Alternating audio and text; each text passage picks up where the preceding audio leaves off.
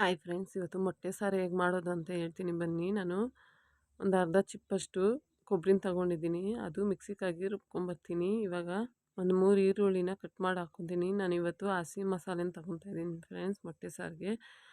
ಒಂದು 2 ಈರುಳ್ಳಿನ ಕಟ್ ಮಾಡಿ ಹಾಕ್ಕೊತೀನಿ. ಆಮೇಲೆ 2 ಟಮಾಟನ ಚಿಕ್ಕ ಚಿಕ್ಕದಾಗಿ ಕಟ್ ಮಾಡಿ ಹಾಕ್ಕೊತೀನಿ.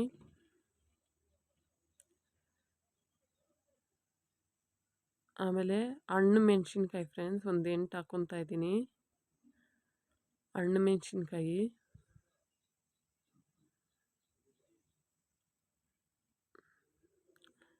ನನ್ನ ವಿಡಿಯೋ ಇಷ್ಟ ಆದಲ್ಲಿ ಲೈಕ್ ಮಾಡಿ, ಶೇರ್ ಮಾಡಿ, ಕಮೆಂಟ್ ಮಾಡಿ, ಪ್ಲೀಸ್ ಸಬ್ಸ್ಕ್ರೈಬ್ ಮಾಡ್ಕೊಳ್ಳಿ ಫ್ರೆಂಡ್ಸ್. ಒಂದು ಎರಡು ಬೆಳ್ಳುಳ್ಳಿ ಗಡ್ಡೆನ ಹಾಕ್ಕೊತಾ ಇದ್ದೀನಿ ಫ್ರೆಂಡ್ಸ್.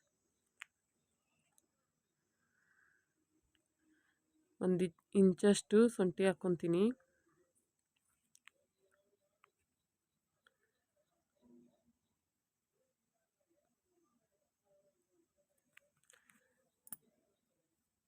ಒಂದು ಅರ್ಧ ಕಪ್ಪಷ್ಟು ಕೊತ್ತಂಬರಿ ಸೊಪ್ಪು, ಒಂದು ಅರ್ಧ ಕಪ್ಪಷ್ಟು ಪುದೀನ ಹಾಕ್ಕೊತೀನಿ.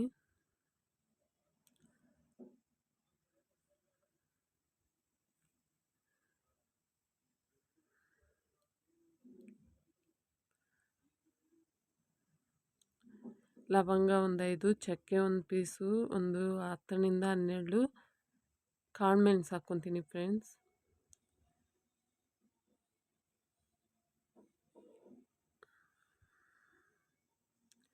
ಇದೆಲ್ಲ ಹಾಕಿ ಚೆನ್ನಾಗಿ ನುಣ್ಣಗೆ ರುಬ್ಕೊಂಬರ್ಬೇಕು.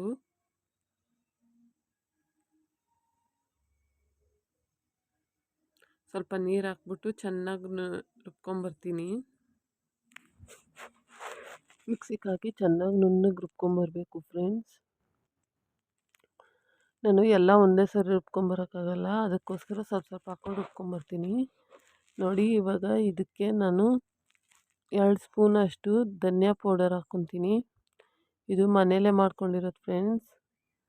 ಇದು ಹೇಗೆ ಮಾಡೋದು ಅಂತ ಓದಿನ ವಿಡಿಯೋಲ್ಲ ಹಾಕಿದ್ದೀನಿ, ಬೇಕಂದರೆ ನೋಡಿ ಫ್ರೆಂಡ್ಸ್. 2 ಟೇಬಲ್ ಸ್ಪೂನು ಧನಿಯಾ ಪೌಡ್ರ್ ಹಾಕ್ಕೊಂಡು ಇವಾಗ ಇದನ್ನೆಲ್ಲ ಚೆನ್ನಾಗಿ ರುಬ್ಕೊಂಬರ್ತೀನಿ. ನುಣ್ಣಗೆ ರುಬ್ಕೊಂಬಂದು ಬರ್ತೀನಿ ಫ್ರೆಂಡ್ಸ್. ನಾನು 2 ಟೈಮ್ ರುಬ್ಕೊಂಬರ್ತೀನಿ ಇದನ್ನು. ಇವಾಗ ಸ್ಟವ್ ಮೇಲೆ ಒಂದು ಅಗಲವಾಗಿರೋದು ಪಾತ್ರೆ ಇಟ್ಕೊಂಡು ಅದಕ್ಕೆ 4 ಟೇಬಲ್ ಸ್ಪೂನು ಆಯಿಲ್ ಹಾಕ್ಕೊತೀನಿ. ಆಯಿಲ್ ಬಿಸಿ ಆದಮೇಲೆ ಅದಕ್ಕೆ ಸ್ವಲ್ಪ ಸಾಸಿವೆ ಹಾಕ್ಕೊತೀನಿ, ಒಂದು ಅರ್ಧ ಟೇಬಲ್ ಸ್ಪೂನು. ಸಾಸಿವೆ ಎಲ್ಲ ಚಿಟ್ಪಟ ಅಂದಮೇಲೆ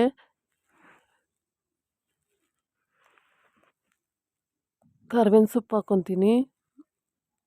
ಆಮೇಲೆ ಒಂದು ಈರುಳ್ಳಿನ ಕಟ್ ಮಾಡಿ ಹಾಕ್ಕೊತೀನಿ. ಇದೆಲ್ಲ ಚೆನ್ನಾಗಿ ಫ್ರೈ ಆಗಬೇಕು. ಮೊಟ್ಟೆ ಸಾರು ಮಾಡೋಕ್ಕೆ ಯಾವಾಗಿದ್ರೂ ಅಗಲವಾಗಿರೋ ಪಾತ್ರೆನ ತಗೊಬೇಕು ಫ್ರೆಂಡ್ಸ್, ಇಲ್ಲಾಂದರೆ ತಿರ್ಸೋಕ್ಕಾಗಲ್ಲ. ಅದಕ್ಕೋಸ್ಕರ ಅಗಲವಾಗಿರೋ ಪಾತ್ರೆನ ತಗೊಳ್ಳಿ. ಇದನ್ನು ಇವಾಗ ಚೆನ್ನಾಗಿ ಫ್ರೈ ಮಾಡಿಕೊಂಡು ಮಸಾಲೆನ ಹಾಕ್ಕೊಬೇಕಾಗುತ್ತೆ.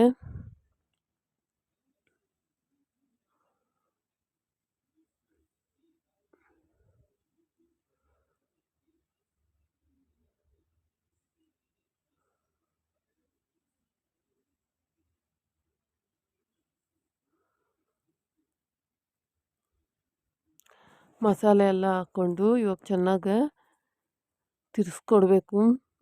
ನಾವು ಎಷ್ಟು ಬೇಕೋ ಅಷ್ಟು ನೀರು ಹಾಕ್ಕೊಂಡು ಎಷ್ಟು ಬೇಕೋ ಅಷ್ಟೇ ಗಟ್ಟಿ ಮಾಡ್ಕೊಬೇಕು. ನಾನು ನೋಡಿ ಇಷ್ಟು ಗಟ್ಟಿಯಾಗಿ ಮಾಡ್ಕೊತೀನಿ.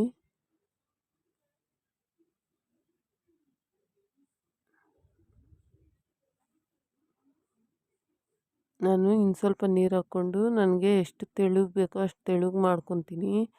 ಇವಾಗ ರುಚಿಗೆ ಬೇಕಷ್ಟು ಉಪ್ಪು ಹಾಕ್ಕೊತೀನಿ. ಹಾಕ್ಕೊಂಡು ಚೆನ್ನಾಗಿ ಕಲಿಸ್ಕೊಡ್ತೀನಿ.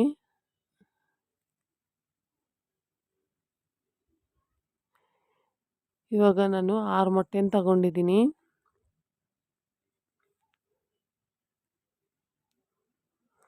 ಇವಾಗ ನೋಡಿ ಸಾಂಬಾರೆಲ್ಲ ಕುದೀತಾ ಇದೆ. ಇವಾಗ ಉಪ್ಪು ಖಾರ ಎಲ್ಲ ಕರೆಕ್ಟಾಗಿದೆ ಅಂತ ನೋಡಿಕೊಂಡು ನಾನು ಮೊಟ್ಟೆನ ಒಡೆದಾಕ್ಕೊತೀನಿ.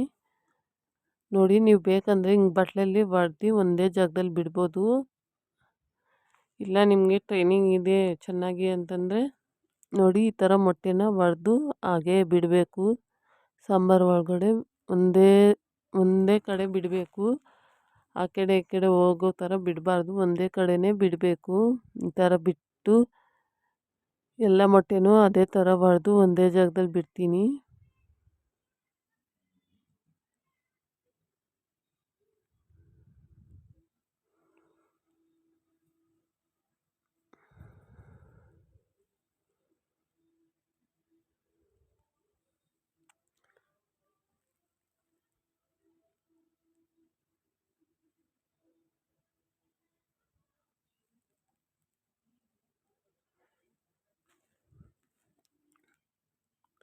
ನೋಡಿ 6 ಮೊಟ್ಟೆನೂ ಒಡೆದು ಬಿಟ್ಟೆ. ಇವಾಗ ಚೆನ್ನಾಗಿ ಏನು ಕಲಿಸ್ಬಾರ್ದು, ಒಂದು 10 ನಿಮಿಷ ಚೆನ್ನಾಗಿ ಮೀಡಿಯಮ್ ಫ್ಲೇಮಲ್ಲಿ ಚೆನ್ನಾಗಿ ಕುದಿಯಕ್ಕೆ ಬಿಡಬೇಕು.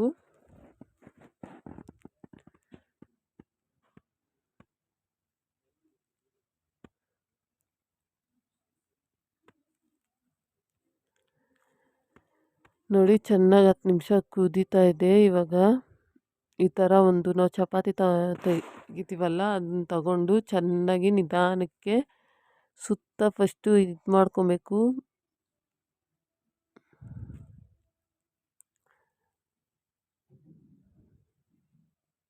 ನೋಡಿ ಈ ಥರ ಸುತ್ತು ಫಸ್ಟು ಇದು ಮಾಡ್ಕೊಂಬಿಟ್ಟು ಆಮೇಲೆ ಒಂದೊಂದನ್ನು ತೆಗೆದು ಉಲ್ಟಾ ಮಾಡ್ಕೊಬೇಕು. ಉಲ್ಟಾ ಮಾಡಿಕೊಂಡು ಆ ಸೈಡನ್ನು ಚೆನ್ನಾಗಿ ಒಂದು 10 ನಿಮಿಷ ಬೇಯಕ್ಕೆ ಬಿಡಬೇಕು. ಈ ಥರ ಮಾಡಿದ್ರೆ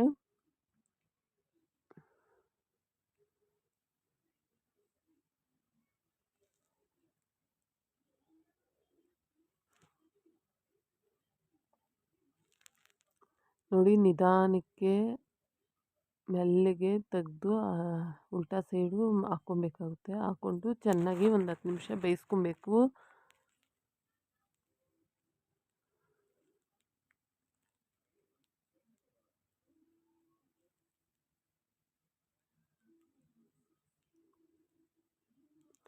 ಇವಾಗ ಒಂದು 10 ನಿಮಿಷ ಕುದಿಯೋಕೆ ಬಿಟ್ಟರೆ ರುಚಿಯಾದ ಮೊಟ್ಟೆ ಸಾಂಬಾರು ರೆಡಿ ಆಗುತ್ತೆ. ನೋಡಿ ರುಚಿಯಾದ ಮೊಟ್ಟೆ ಸಾಂಬಾರು ರೆಡಿಯಾಗಿದೆ. ಇವಾಗ ಒಂದೊಂದು ತೆಗ್ದು ತೋರಿಸ್ತೀನಿ, ನೋಡ್ಕೊಳ್ಳಿ ಎಷ್ಟು ಚೆನ್ನಾಗಾಗಿದೆ ಅಂತ. ಕಾಣಿಸ್ತಾ ಇದೆ ಅಂದ್ಕೊತೀನಿ. ನೋಡಿ ಸೇಮ್ ಮೊಟ್ಟೆ ಇದ್ದಂಗೆ ಇರುತ್ತೆ. ನಾವು ಮೊಟ್ಟೆ ಬೇಯಿಸಿದ್ರೆ ಹೇಗಿರುತ್ತೋ ಹಾಗೆ ಅದೇ ಥರ ಇರುತ್ತೆ. ಎಷ್ಟೋ ರುಚಿಕರವಾದ ಮೊಟ್ಟೆ ಸಾಂಬಾರು ರೆಡಿಯಾಗಿದೆ. ಇವಾಗ ಸ್ಟವ್ ಆಫ್ ಮಾಡಿಕೊಂಡು ಒಂದು ಬಟ್ಲಿಗೆ ತೆಗ್ದು ಹಾಕ್ಕೊಂಡ್ರೆ ಮೊಟ್ಟೆ ಸಾಂಬಾರು ರೆಡಿ ಆಗುತ್ತೆ.